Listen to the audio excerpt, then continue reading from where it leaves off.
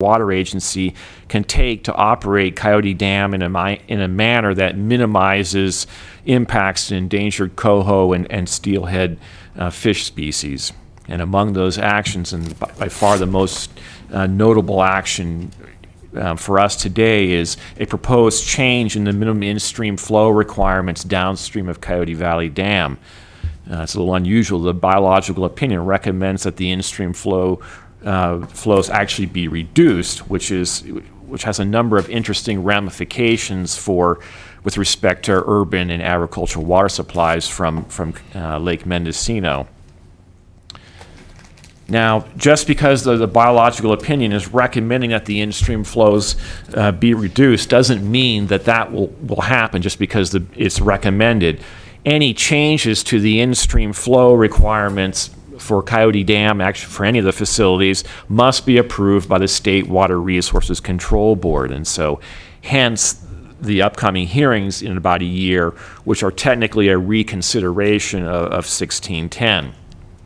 Now, Sonoma County Water Agency has indicated in about 12 months they will petition the State Water Resources Control Board to amend Decision 1610 to replace the existing minimum in-stream flow requirements with the minimum in-stream flow requirements identified in this RPA, and why Sonoma County Water Agency and others may prefer to keep the scope of these water rights here, these Decision 1610 water right hearings limited to just in-stream flow issues.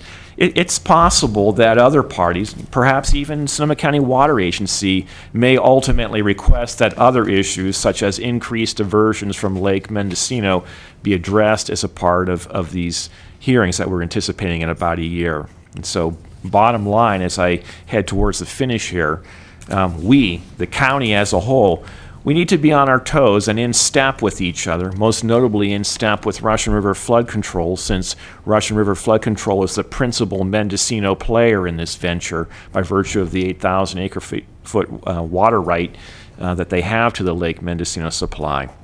You know, if we aren't collectively vigilant, it may not be simply a matter of losing an opportunity. It may be that we find ourselves even worse off with respect to our region's water supply. So this is really a big deal. And so today, staff is recommending that the board appoint an ad hoc committee to work with staff in identifying appropriate actions the county should take in anticipation of the State Water Resources Control Board hearings pertaining to Decision 1610. And it's also recommended that that the board the board has set up the ad hoc committee and direct the committee to present its findings and recommendations to the full board by March 1st of 2009. And with that, and given the time, I think I'll close right there. Happy to handle any questions. Questions from the board? Supervisor Pinches? Well, more of a comment. I really think, you know, in just what you told us, Roland, you never mentioned once about Warm Springs Dam. And that's really the crux of Decision 16 is, you know, we had an opportunity when Warm Springs come on line in the in 1980s, and we never, frankly, Mendocino County never even showed up at the meetings when they proposed and wrote Decision 1610. And it seems to me like maybe we're kind of heading down that. If we make the total focus and let Sonoma County Water Agency run the show, basically, and only concentrate on the flows in the of Lake Mendocino, then we're going to be total losers. We got to underline and make sure that Decision 1610, which the reason it was Decision 1610 was put in place in the first place, that ties in Warm Springs Dam into the Russian River drainage. And Sonoma County's best interest is to keep that kind of, it's like money in the bank, and let's talk about what we're going to do with Lake Mendocino and those flows. And if we don't start right from day one and interject and be aggressive to bring the flows from Warm Springs into the mix, which was really what Decision 1610 was all about, was to tie in. It's not a simple Lake Mendocino drainage anymore. The Russian goes down and Warm Springs with Dry Creek ties in. And that's what requires the Section 7 consultation. Typically, that's a behind closed doors process between the federal agencies involved. In this case, the Army Corps and NIMS. and then Sonoma County Water as the contractor.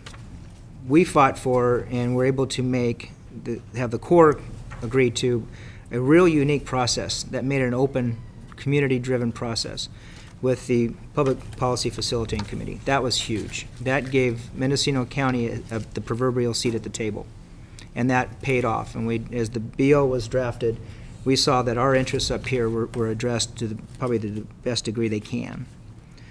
The concept behind the BO is looking at both lakes in the Russian River system as a system itself, and that's critically important. These reductions in flows have the potential to be huge for Mendocino County.